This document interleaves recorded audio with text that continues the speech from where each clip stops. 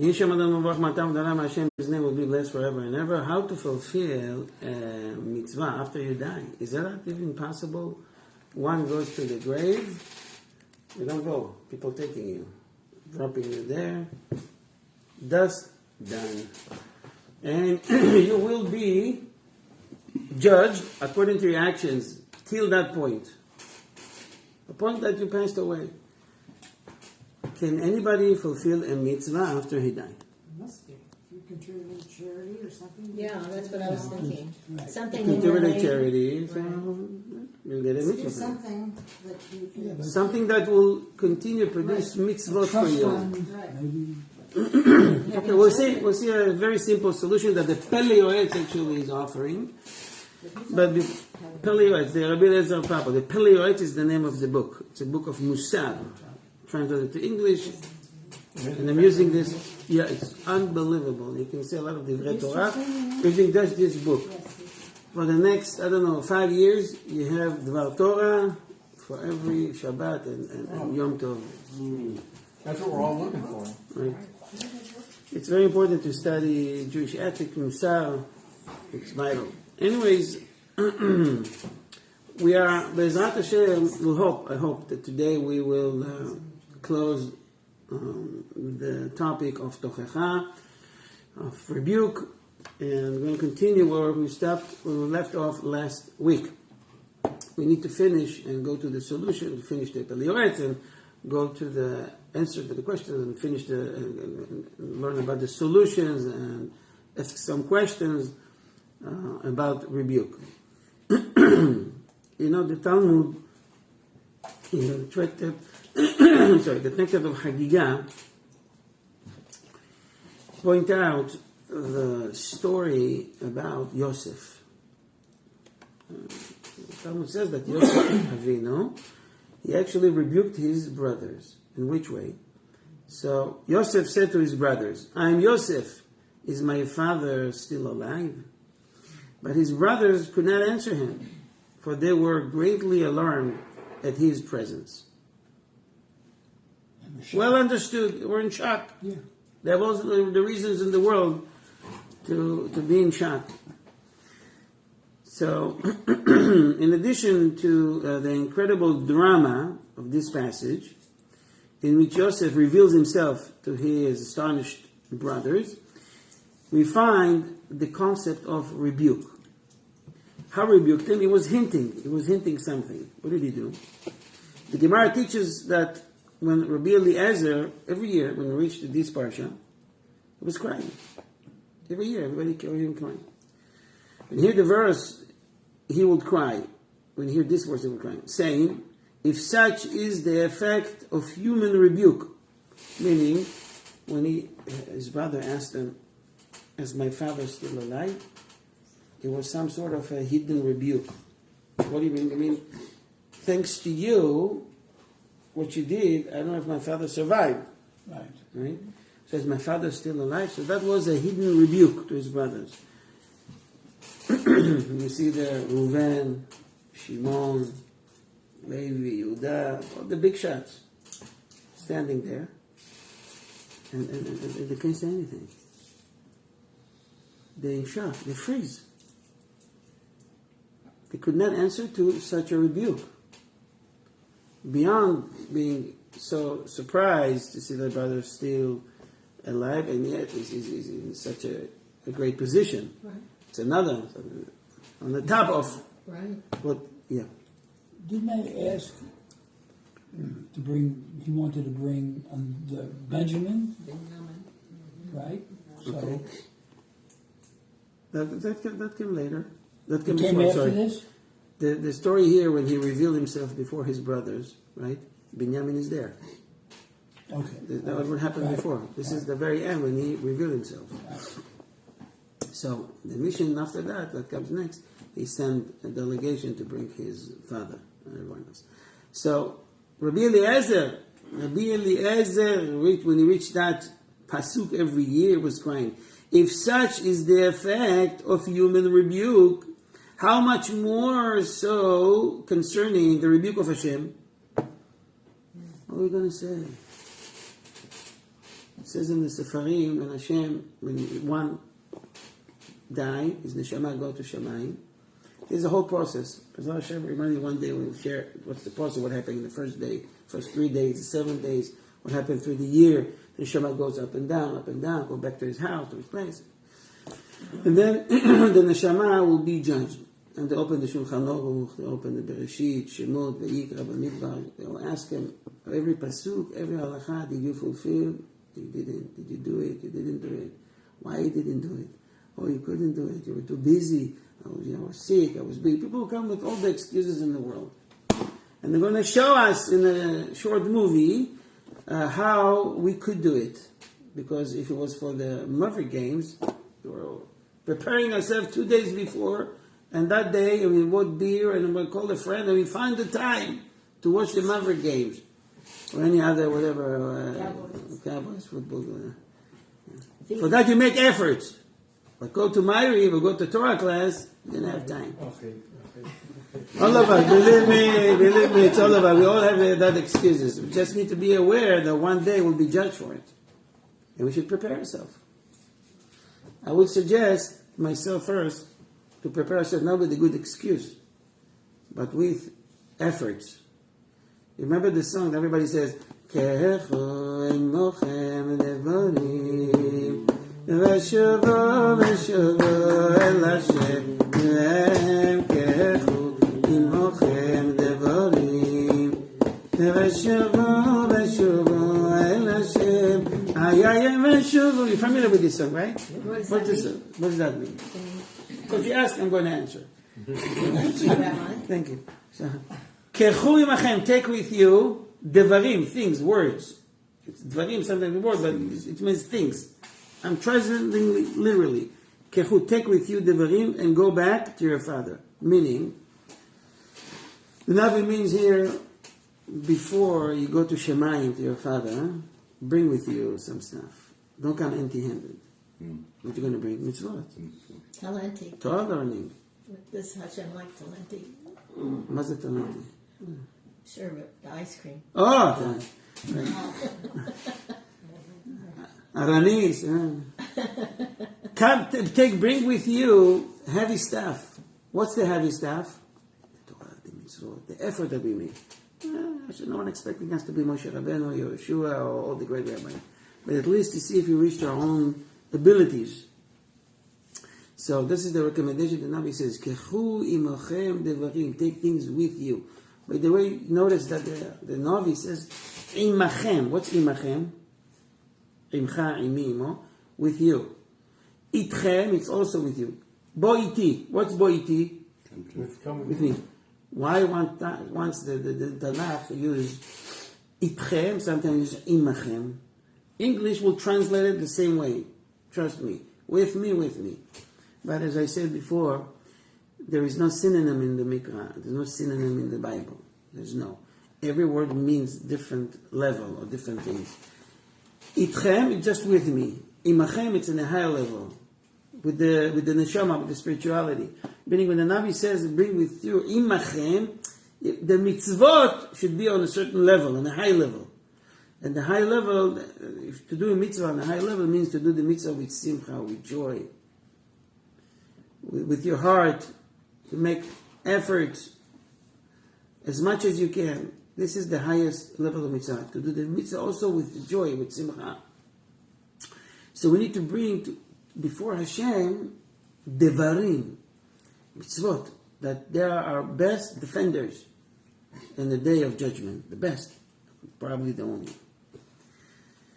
Now the brother has been rebuked in a way before their brother. And Rabbi Eliezer is crying every year. Every year. You heard that before. 10 years before. 20, 30. Every year you're crying. What does that mean? Why did the Talmud emphasize that? It was crying every year. We have new mitzvot every year. We have Pesach every year. We have a lot of different mitzvot every year, meaning life it's a cycle. We need to live the mitzvot.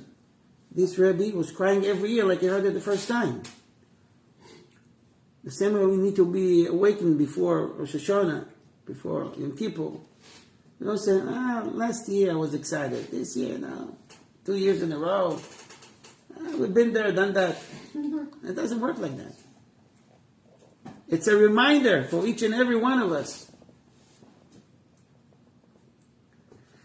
So, is my father still alive after all the agony you put him through? Does he still alive? The brothers could not answer him back. They were alarmed by Yosef's very presence. And also, we may assume disgraced by their terrible deed. The mitzvah of rebuking, tochacha, is among the hardest mitzvahs to perform properly. We said that last week. But yet, it's not an excuse to avoid tochacha. On the one hand, it is full Torah obligation. As the Torah states in the book of Leviticus 19:17, you should surely rebuke your friend. On the other hand, giving rebuke, reproaching somebody for his misdeeds, is not something that comes so easily. Nobody wants to be the bad one, the bad guy. Yes. Do we also have a mitzvah to encourage and praise people for their good actions? It's a very good point that you mentioning, and this is, by the way, first part of rebuke. We'll see it in a minute. And of course, to encourage someone that is doing mitzvah, it might lead him to do another mitzvah. And if he did it because of you or praising him, giving him tishbachot, good words, it's going to be on your account. We need to remember one thing, very, very important. The Torah is very specific. When you don't rebuke and someone commits an avera, sin, it will be written on your account. It will be written on our account. That's put us in a very, very bad place, very bad position. So what I'm going to do now after learning that? I'm going to start rebuking the whole world and his wife? What do you ask me to do? Where should I start? I don't feel that I can rebuke anybody. I have issues with myself.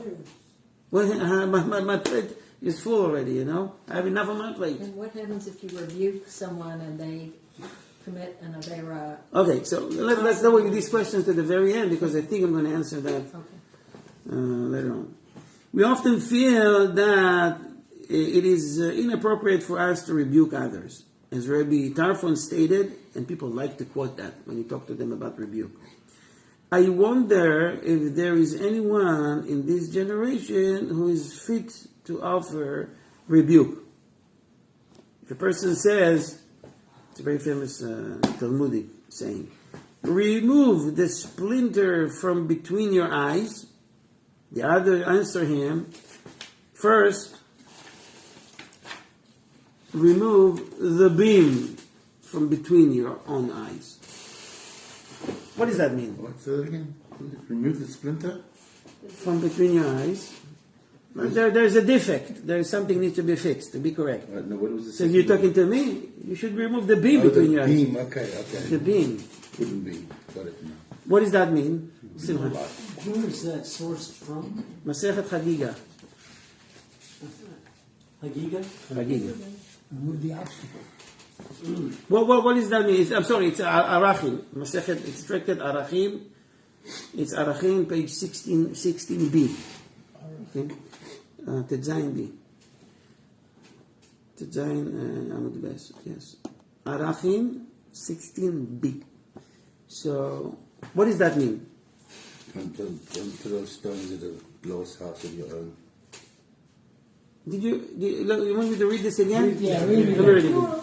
Wow, it's very famous. I'm surprised that you're not familiar with it. It says in Hebrew, Tol Keisam mi ben shenecha, Tol Korah mi ben enecha. Keisam is the toothpick, and beam is Korah. In English it says, remove the splinter from between your eyes, and the other will answer, first you should remove the beam between your eyes. In other words, get rid of your own stuff before you start telling me about your mind. Right? Why are you to rebuke me? You're the tzaddik of the generation. Who are you? So people would say that all the time. Or if you don't say, you'll feel that might they tell you that. So this is why you're afraid to approach them.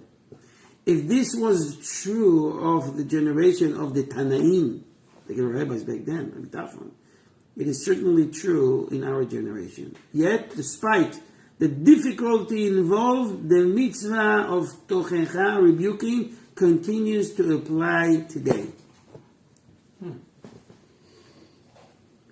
So, we all in big trouble. All in big trouble.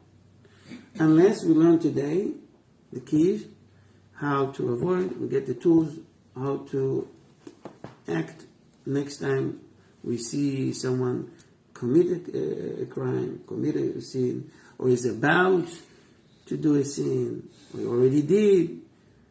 So this is the topic today. Let me just continue, and before we continue with the Pelevets. Any questions before we move on? We good? I don't have a question, but years ago, I was at a Shabbos lunch, and the father was there with his son, and he embarrassed him in front of the whole. Okay. And afterwards, I went up to the father, and I said, "You did a horrible thing." And I didn't care what he thought of me or anything. I told you I was sorry. Now, I just wonder if I did the right thing. So we'll discuss that, if the father did the right thing or not. Depends on the age of the child. And He was like hold on. 15, 16. And it depends on how you did it, in front of everyone else, in private. Right. We have to calculate all these parameters. The stringency of rebuke. Listen to this. The stringency of failing to rebuke others goes beyond the obligation to give rebuke, where appropriate, of course. If we fail to rebuke others, we bear a degree of responsibility for the misdeed they commit. Could be someone, doing horrible sins. It'll be written in our account. This will be added to our account. It's horrible. You know what? What I said right now, many people don't know. They're not aware. They know tochecha, they're not aware.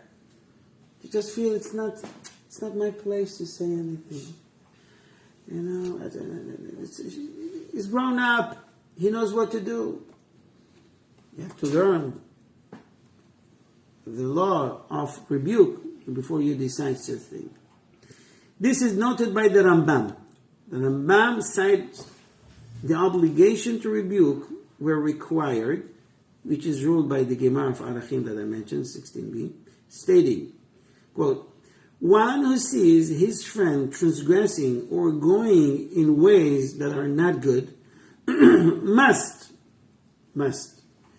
bring him back to goodness and inform him that he is transgressing with his evil deeds. This is in the law of the, if you want to say it, Deos 6-7, Rambam. And also see Sefer HaMitzvot 205. He adds, whoever is able to rebuke, look at this word, able. Sometimes you're not able. And sometimes the mitzvah not to say anything. Someone who is able to rebuke, yet fails to do so, he is disintegrated by the same sin. He's what? Disintegrated. Ensnared. Oh, ensnared. I'm sorry. Ensnared is liable, right? Mm-hmm. Ensnared. It's a trap. Yes, Trap. like an Right. animal is Right. ensnared in a Ensnared, trap. trap. Right. You're part of it. Ensnared by the same sin because he was able to prevent it. I was able to prevent it. Sometimes a word can change the world. Mm-hmm. This idea likewise emerged from the Targum, Onkelos, who renders the words, And you shall not bear him a sin, as meaning that one who fails to reprove his fellow takes a share in the sin itself. How do we know that we take share? It's one law that we all liable to. What is it called? We're guarantors for everyone. Correct. How is it called in Hebrew? It's called arvut. Arvut. Chok ha'arvut. Arvut. A person who does not rebuke a fellow shares in the other's sins because of the concept of arvus, or arvut, or arvus. The mutual responsibility inherent in the Jewish people, based on the concept of mutual responsibility. The Midrash, Tana Dev Eliyahu, chapter 11, explain the severity of failure to rebuke others, likening the nation of Israel to a single sheep. If one chamber of the sheep is torn, the entire sheep is torn. We are responsible for each other. You know, when I say responsible for each other, it's not just the Orthodox community. It's all the other communities. It's the secular. Any Jew, anyone that is titled to be Jewish, is Jewish. We are responsible. Makes it a little bit scary. When the temple was destroyed, the Gemara teaches that the tzaddikim of the generation were the first to be punished for the great iniquity. As the Gemara explained, they were punished because they should have protested, but they failed to do so. So there's a high expectation from the leaders, the teachers, the rabbis, and so forth and so on. In addition, there is another mitzvah that called Lo ta'amod al dam re'echa. What does that mean? In addition to this collective mitzvah of tochecha, rebuke, which is related to the concept of arvut, the Minchas Chinuch 239:4 writes that by allowing him to fall, somebody who does not rebuke his friend also transgresses the negative commandment of Lo ta'amod al dam, blood, re'echa, standing by when another's blood is spilled. How is another one blood spilled now? When you commit a sin, right now he created a lot of persecutors that want to suck the life out of him because he created him. He gave birth of these persecutors. And yes. Based on your, I'm just wondering, are we responsible for those Yidden who moms want to go out of their way to do sins, who want to rebel, to say anything? They want to violate Shabbat in front of you. They want to do these things. In general, the answer would be yes, but. Yes, but. We have responsibility for each Yid. But sometimes you're not responsible. It depends on something we'll see in the next. Okay? Hold this thoughts and question, and you'll see that we'll answer that. So, who is responsible? All of us. Toward any Jew. Okay? This is why outreach is so important. The Gemara rules in Beitzah 38, that one should not rebuke sinners who offend unintentionally. It's very, very, very strong when I write it. Let me say it again. They don't know what The Gemara rules They don't know what they do. that one How should are they not gonna learn? rebuke sinners that do unintentionally sins. They don't know what they do. How are they going to learn? Hold on. Learning is something else. Talking about rebuking. Hey, he's driving on Shabbat. He's eating. It's a fast day. And it doesn't know. I never heard about the faster in his life. Well, it depends how you rebuke. But I mean, if you don't tell them... Before even rebuking. If you The don't, concept here is, I hear what you're saying, but listen to this. It says, let me just finish it, then you see what I'm saying. Intentionally, if they will not accept the rebuke, it is best on this ruling, to leave them ignorant of their wandering, then that they should become aware of the sin and continue to transgress intentionally. it all depends with whom you're dealing with. If someone is willing to accept, he wants to learn, it's a mitzvah, it's mandatory for all of us to share the information and rebuke him. Okay? But if you know that this guy will not listen for a variety of reasons that you feel that you know, so it's better leave him as is. Don't tell him that he's committing a sin. Even if he's eating pork, everything. This is debatable, by the way, among the rabbis. If someone transgressed laws of the Torah, someone has a rabbinical law. What we're learning here is just a general idea. We don't go really to the inside topic in all the halachot because we won't finish in the next 2 or 3 years. This is just the idea of it.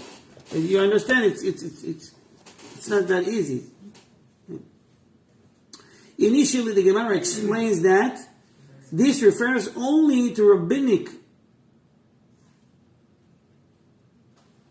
enactments, I'm sorry, laws, right? Right. Yeah. Enactments and decrees, and not to Torah law. The conclusion of the Gemara, however, is that the principle applies even to Torah law.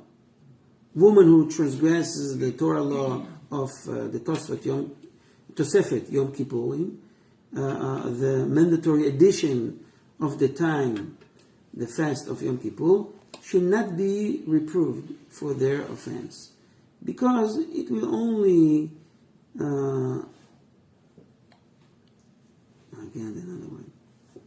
exacerbate. You want me to read it? No. Okay. Exacerbate the sin. Yes. If I don't Makes practice it- here, means where I'm make- going to practice it? It means And I have to make- do it make- myself. It means make it worse. Make it worse, Ken. La Achrei, in Hebrew, la. We won't rebuke you.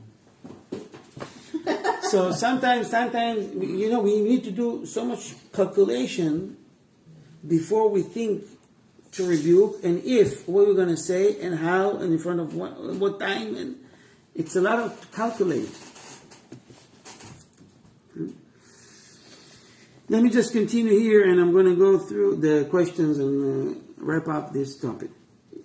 The Talmud says that an important point to note is that the exemption from rebuke out of concern that the rebuke will only make things worse because the person will sin intentionally applies only when the rebuke will certainly be rebuffed.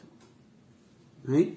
If there is a chance that the rebuke will be accepted, there is a full obligation to reprove the sinner, even for a rabbinic mitzvah. And even that sounds simple, is not simple. I'm going to give you an example. So we learn you should rebuke someone if he's willing to accept, for example, right? But what if you think he's willing to accept, but your wife thinks he won't? What are you talking about? Don't you dare saying anything. He's just going to cause a mess. What are you going to do? What's the halacha says about that? Listen to your You wife. feel, huh? Listen to your wife. Don't tell And her. what she feels that, and you think the opposite, and vice versa. Listen to Sarah. Yeah, I'm just showing you this. It's a complicated topic. Okay. Let me jump to this part, the very end. How to rebuke.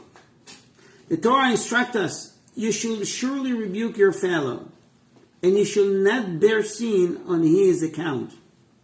So, the tractate continues. There's an Arachim 17b.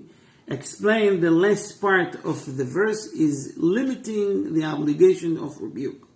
Although we are obligated to reproach our fellow for his sins, it is forbidden to do so when the rebuke will cause him shame. So I guess you did the right thing. You took this guy to the side and you talked to him about that. But even when doing so, there's some rules to follow. Because you can cause shame, you can shame him just between you. It's not only a shame between him and other people. You can embarrass him between the two of you. Is that considered a shame? Yes. Yeah, but he already did It something. doesn't give you the right to take him aside and yell at him. No, I didn't yell at him. Just an example. You did. I remember. You remember everything. Remember. I don't see What do you want to say, someone? I just want to make sure that I understand this. If it's Doraisa, we have to rebuke. Maybe This is like the in- general title, not yet. We'll see that when we get to the question answer. You'll see. Also, if it's Doraisa, any Jew knows No. that you can't drive on Shabbos. Jews know this. You know what? You know what? That's not true. Surprising as it sounds, people don't know basic things. I'm now involved with someone that is Jewish. He's over, what's the age? He's over 70. He goes with that one. And he knows almost nothing, and I say nothing, it's not just a phrase, nothing about Judaism. Everything I say is surprise. Oh, you said blessing before. Oh, it's not permitted. Doesn't know. He will celebrate Purim, maybe with a meal. No Purim, same Purim. Passover. It's well known. I'm doing Seder. And he's doing in Yom Kippur, the most famous. Anything else? Usually 3. He never heard. I talked to him about Rosh Hashanah. What do you mean Rosh Hashanah? What does that mean? And the Simani, never heard. I'm with you though. I don't believe there's a Jew who has never heard about Shabbat. Shabbat driving? Hold on. Shabbat driving?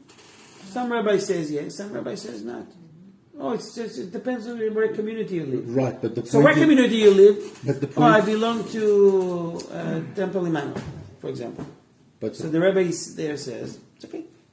So he feels that some laws are, it's the rabbi's decision. But isn't it up to the person to go and find out himself? It is. He Okay. doesn't even aware of that. I would say 90% of the people 95. that were maybe Yeah, he checked it. who were raised in Dallas were not aware of 95%, 99.9% of Judaism. But So Of any form of Judaism. every Jew in Dallas Right. who has had any amount of Judaism has always gone to Saturday services at the temple, and they might have driven there. But there's no way that a Jew who's driven to shul anywhere in any part of the world has never heard that you're not supposed to drive on Shabbat. No, you're making a big leap. That is not people go true. to different kind of You're talking to shows. someone People go to who- Chabad, for example. I know, Chabad lets you drive there. No, I know. I was People raised, go.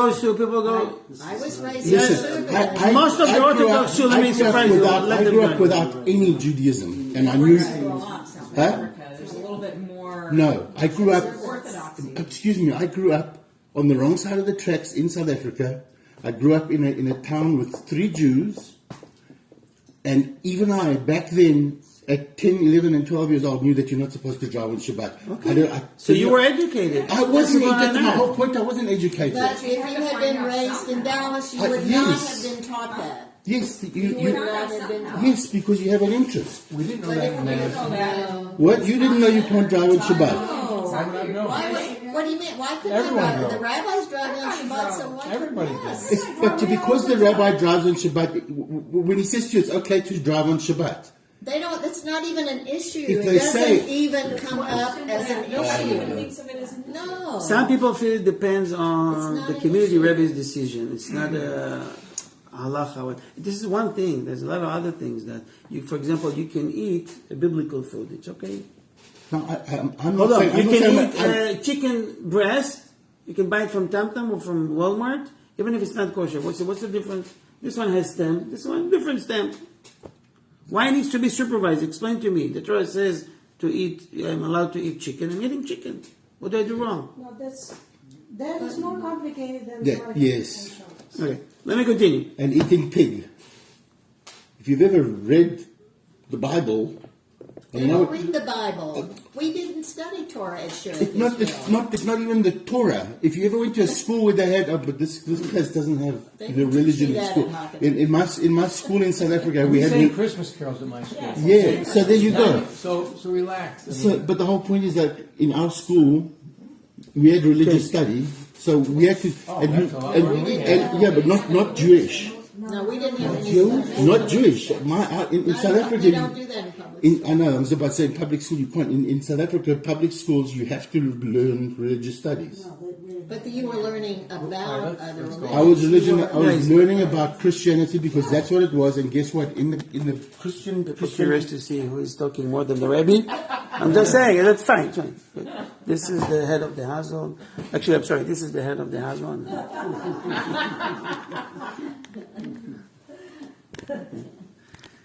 Go ahead. Please.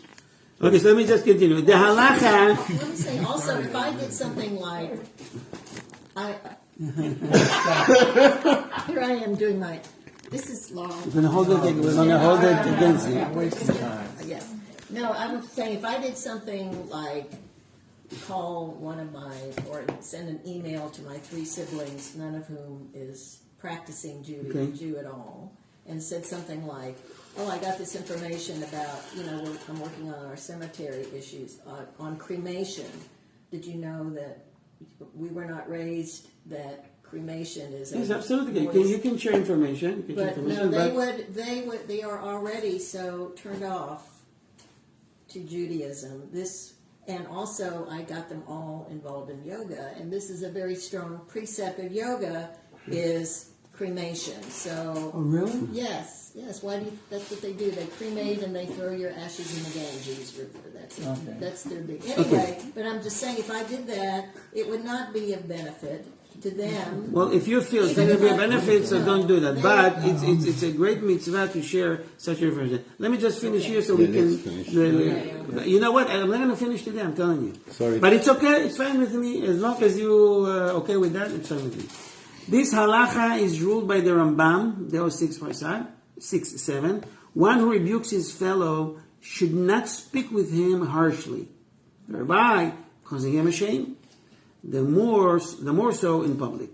It is noteworthy that the Shulchan Aruch 156.8 writes that this halacha applies only to the sins that are between man and man, and not to sins between man and God. However, this distinction is not mentioned by other authorities.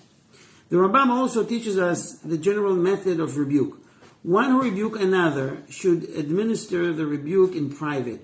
Speak to the offender gently and tenderly, and point out that the rebuke is offered for the wrongdoer's own good, to secure life in the world to come. So this is the own benefit in this world and the next world, so forth and so on. Sometimes people, they want to rebuke, but they know that if they'll take him aside and talk with this guy privately, they might get angry and they might do something or say something wrong. They have short fuse, huh? The guy that rebuked you might get right. angry. Mm-hmm. So he's asking now. He might get me upset because I know what he's going to answer. Do I still have this obligation? Knowing yourself, you have either short fuse or you don't have patience or whatever. You are estimating, right, that might happen. Do I still have the obligation to rebuke? So Chaim Volozhin answered that. The requirement of speaking gently and tenderly should not be taken lightly.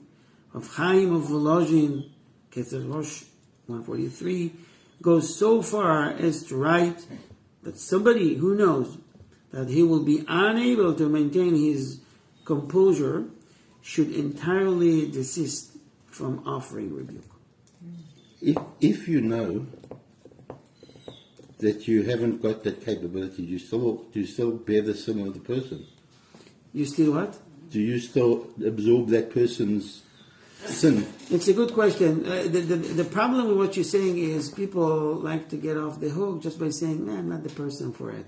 I know so. No, so if you know, you're too light on you. If you know that you know that you are you'll get off the hook. upset, You're not going. You don't have the obligation of rebuke, and therefore you don't bear his sin. okay. I think an important point we're missing is what effect, if I rebuke person A, is that going to have on that person? Maybe what I say, regardless of how tender. We they never know. finally We never express know it. really. We never know. But you might ignite a spark when another But I fire also there. might ignite a spark, a negative spark. And Could be. This you is don't- why we don't know what's we all going need on to in be some somebody's sort of head. judges to judge the situation and decide for yourself. You make 100 or thousands of decisions every day anyway. Correct. So I go from this way or that way. I go now, go later. This is part of life. You don't know You have what's a going on in consequence. somebody's head and somebody's You don't life. know, but you have to make the effort. And kechu imachem davarim, come also with the right mitzvah, the right excuse. In Shamayim, heaven, they never blame you for something you could not do. Okay? If it's not your responsibility. As noted, let's conclude that conclusion. As noted at the outset, the obligation to rebuke and reproach is not easy. We have seen that the obligation does not always apply. But we should be aware that there are times when the full Torah mitzvah applies. Although still difficult, the mitzvah becomes somewhat easier to perform when it is done out of feeling of responsibility. And certainly when done out of love. Chazal says in Bereshit Rabbah 54:3 states, any love that does not include rebuke is not love. When a person loves somebody else, truly caring about his well-being, it is inevitable that there will be points of rebuke and reproach. When done out of love, rebuking is all the easier and all the more acceptable to the subject. Okay, this is wrong. I want to continue. We have like 10 more minutes. Check it.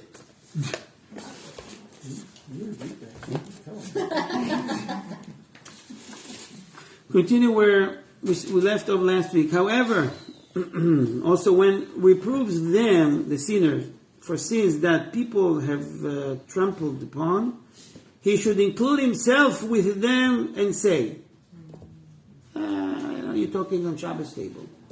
You're talking with the family, with the kids, with your community, to the many. We have seen, you including yourself. Why do you do that? Out of humbleness? Why do you do that? Think about it and tell me later. We have seen grievously and rebelled, etc., so forth and so on. When he rebukes a specific person, he should first honor and lift him up in order that he will accept the rebuke. This is a key in rebuking. And he's going to quote a pasuk, but it's also very important to understand the process. So tell me, why one, before rebuking other people, in sins that he never commit, why should he include himself? Because if he doesn't rebuke it, it's as if he did it. No, you said No, no, no. we're all Just what you responsible said for each earlier. other, so therefore he's a part of that community. He's a part of that. He's rebuking everybody for, let's say, I don't know, eating non-kosher. He's eating kosher. So how he can include himself? What he's going to say? Give him an idea. He's saying so he doesn't Maybe make. in case he makes a mistake. Right, Huh? Maybe in case he made a mistake. A lot of times you keep kosher and you make a mistake. Okay, You didn't read okay, the- good. You can use that. 'Cause you don't we wanna- all human beings. We We don't all wanna- flesh and we blood. don't wanna- You always include yourself with you. So, right? You don't want to ostracize the person you're talking to. Make him feel like he's alone in this. Exactly. Make him feel like he's part of you. You're on this together. Now you got their attention. You don't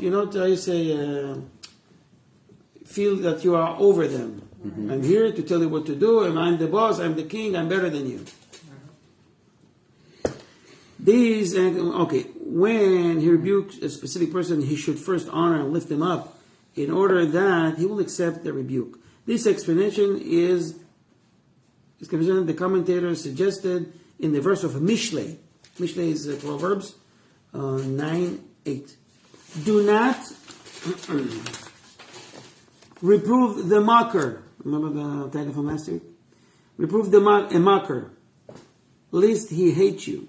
Reprove a wise man, and he will love you. So by the pshat, you don't go to a clown and someone that is troublemaker, I won't listen, because it's just going to cause more troubles. Go to someone that is willing to accept. It'll be like a vessel to accept the water. Right? But on the remez, the Torah is 4 levels. Pshat, remez, drash, and so. So the remez means we have here a mocker, a useless guy, a stupid guy, take it to the extreme, and a smart, a wise man. What does that mean? It means that remez, when you approach someone, you don't tell them, you're so stupid, what are you doing? And then you tell them, oh, you're smart. You're better than that. I was surprised to see. It's not like you. It's not for you. You're way above that. You talk to him like he's smart and it's much better than that. Versus saying, you're so stupid, you're always doing that. You understand the remez, what's the pasuk hints in Mishlei? Do not reprove someone using the words mocker by saying to him, you are a wicked mocker. Why do you do such things? Rather, a person should say, you are a wise man. You are a good man. Praiseworthy and glorified. Such actions are unbefitting to you. Repent so that you will be perfect in everything. And people will praise your deeds in the gates of the city. It's like quoting something.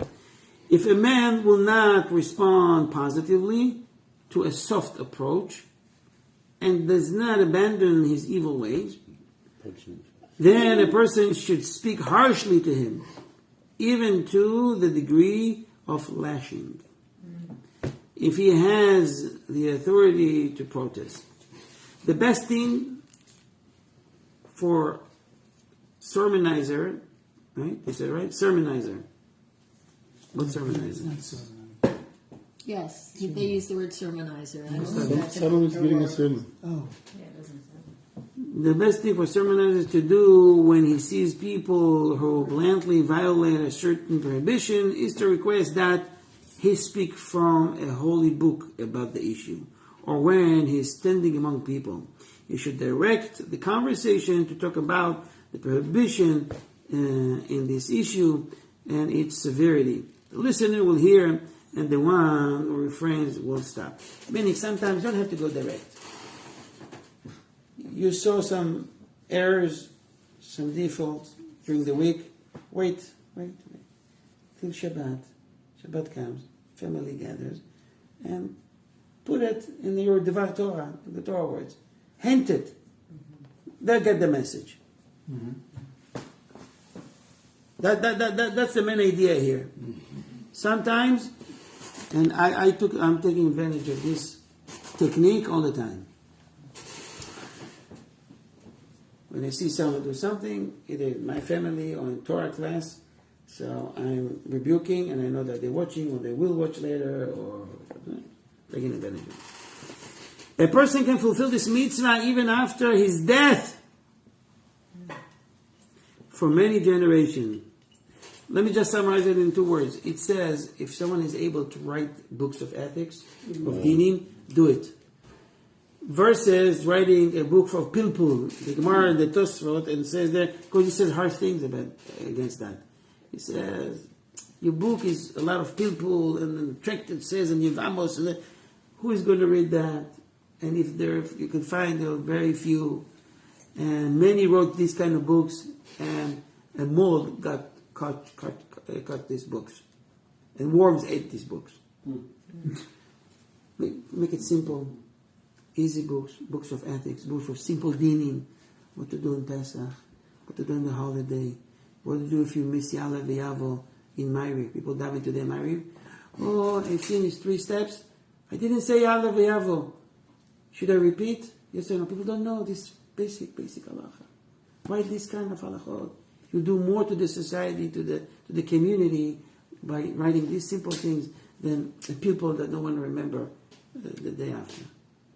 It's not my words, it's the words of the Peleoids. And you can see that books like of Dinim, the Shulchan Aruch, Kitzur Shulchan Aruch, the Rambam, they are very popular for that reason. Mitzvah rebuke. Halacha. Someone who sees his friend who sinned or who is walking in a bad path It is a mitzvah to return him to good, and to know that he is sinning in his evil ways. As it's written, you should surely rebuke your friend. So let's say you are on a tower of guards, right? And you see someone walking and he's about to fall into a pit. What are you going to do? Hey, David, watch it! Right in front of you, there's a pit. Or you can remain silent and see him crashing.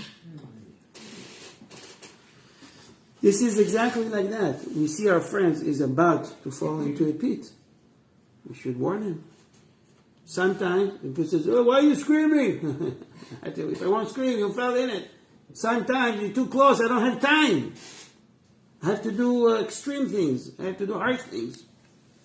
If you were here walking with me, and I could tell you, listen, there's a lot of peace here. There's a lot of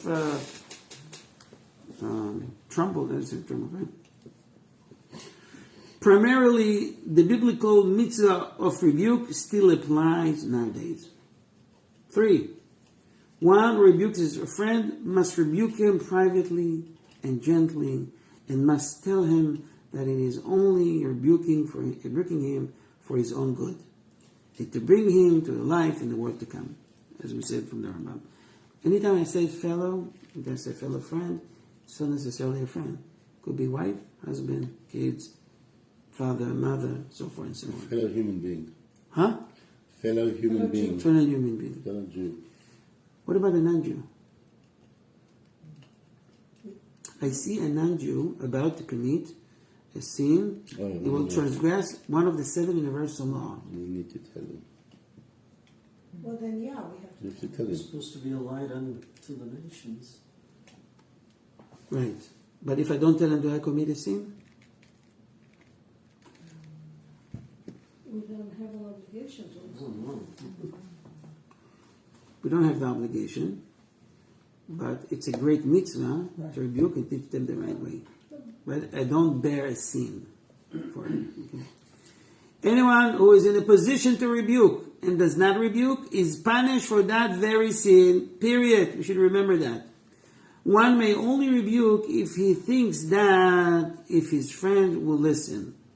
If he knows that he won't listen, it is forbidden for him to rebuke him. 6. Just as one is committed to speak when it will be heard, so too one is commended, or it is obligation even, to not speak when one will not be heard. Right? Makes sense? 7. If one sees a person sins unintentionally and knows that he will not need a rebuke, if the sin isn't explicit in the Torah, one should not rebuke that person. Some say one should rebuke a person only if he is familiar with him. 8, I have 9 here. The mitzvah of rebuke does not apply to a person who has rejected the yoke of Torah or violates Shabbat in public. On Someone purpose. who violates Shabbat in public is, give me an example, for example. On purpose. Like driving a car. Driving a car. What consider public? Another It's Jew called the can say- Parnassah, the Fumbi. So we go. What is it? What's the public? What if he's hiding his car, parking in the church, and nobody see him? I know he comes from Plano. I didn't see him driving, and I don't see him driving back. I know the But answer. huh? I know the answer. Is that considered Mechalel Shabbos? Well, you can't, It you didn't depends- see it, so you can't say it. It all depends on where you're holding. Well, No, I'm just talking about the term public. Public is when a 10 Jews see someone committing a sin. But that's not necessarily 10. I know that he didn't walk here. It's considerable. Now listen to this. I don't have to. I don't have obligation. But can I? Maybe I think he drives because he thinks it's okay. It's not a grave sin. It's no big deal. What happens if you know that the person has been told before nicely and they continue to do it And they're not going to get upset with you. They're It's not in just, his car, They don't Yeah. care. It's a mitzvah. It's a good question. It's a mitzvah for you to do your share and rebuke him. Sometimes it takes certain amount of time that he will hear from you, from other people, and then it will affect him. It's like tears when we cry. Somebody says, I'm crying, and Hashem is not listening to my prayers. Well, according to the Kabbalah, it says everyone has his own vessel. Sometimes for certain things you're crying, you need to fill up a small glass. That's enough. Sometimes a bigger cup, sometimes it's a mug, sometimes it's a barrel. sometimes it's the Depends ocean. on the situation. The idea is never give up. Kaveh el Hashem chazak v'yametz lidecha v'kaveh el Hashem, hope for God. Right? And hope. Why he says twice? Says didn't happen the first time. It's going to happen later. Do it again, over. Do your part. Where's that from?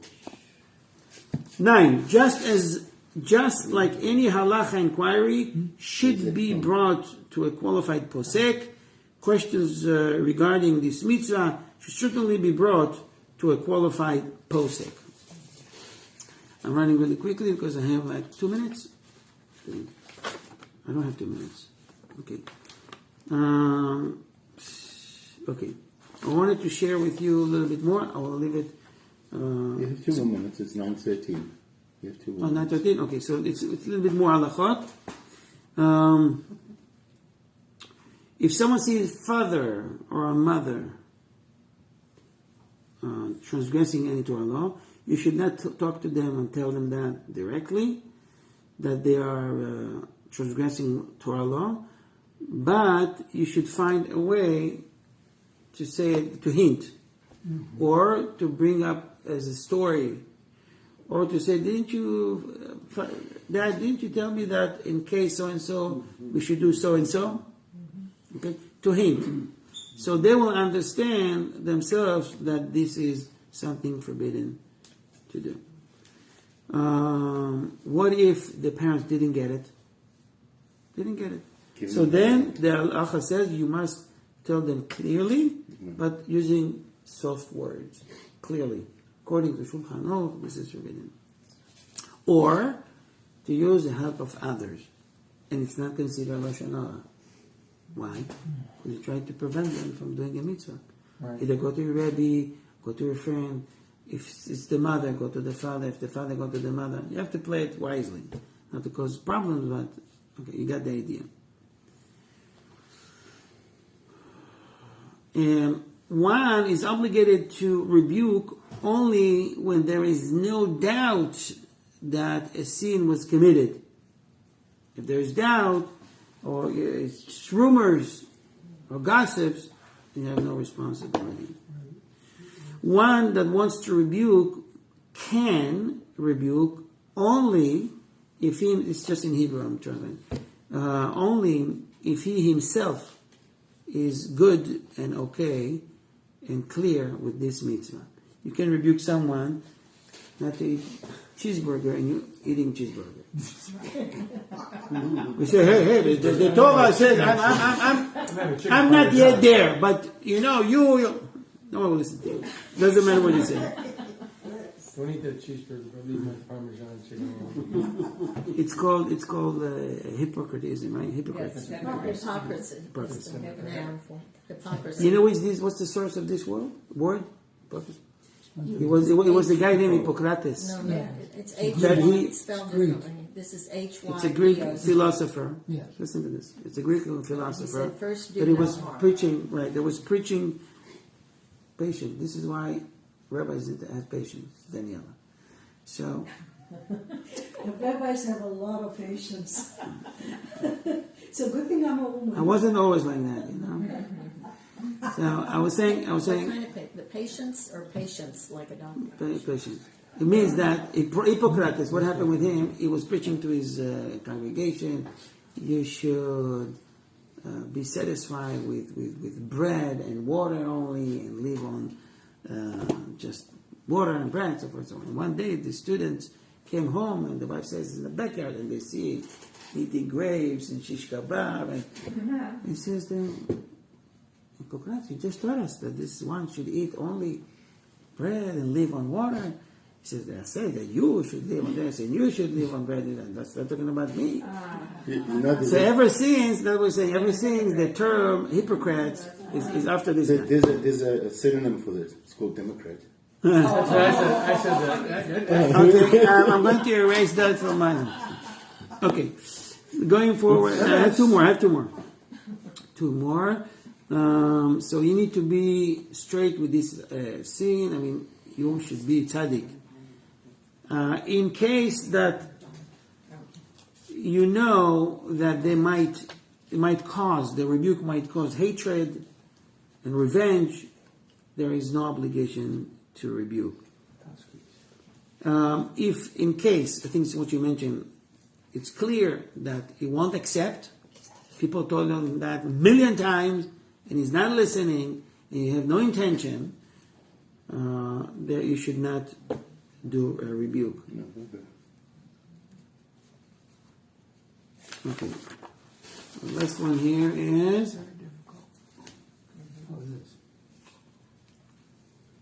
of course you have to do the tochacha, the rebuke, in a way that things that comes out of your heart, show it's out of love, and so forth and so on. There's many ways to do that. You have to you need to know how to play the game, right?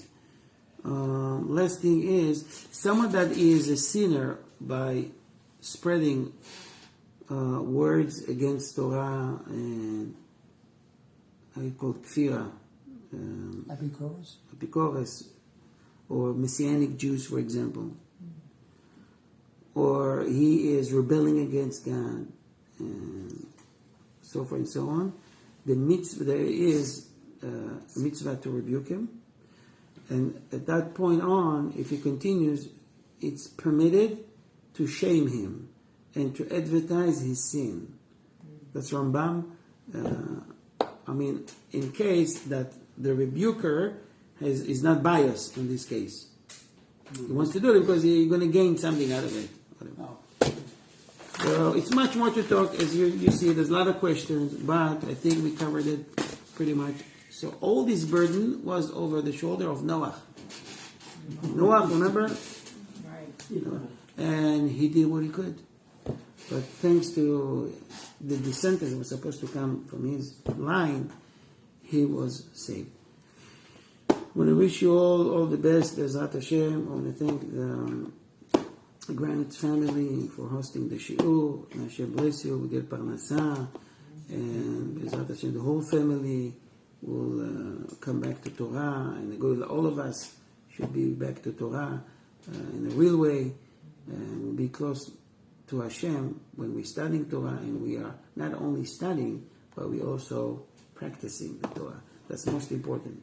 Hashem bless you with good Parnassah and good health. See you Bezat Hashem next week. Where? Zach. At the Zach family. We'll send you details. What time? I would say probably 8:15. I thought you wanted to do it early now. 7:30? Yeah. Pesach's the following week. Shavuot. Zach's live here. Okay, got it. What time?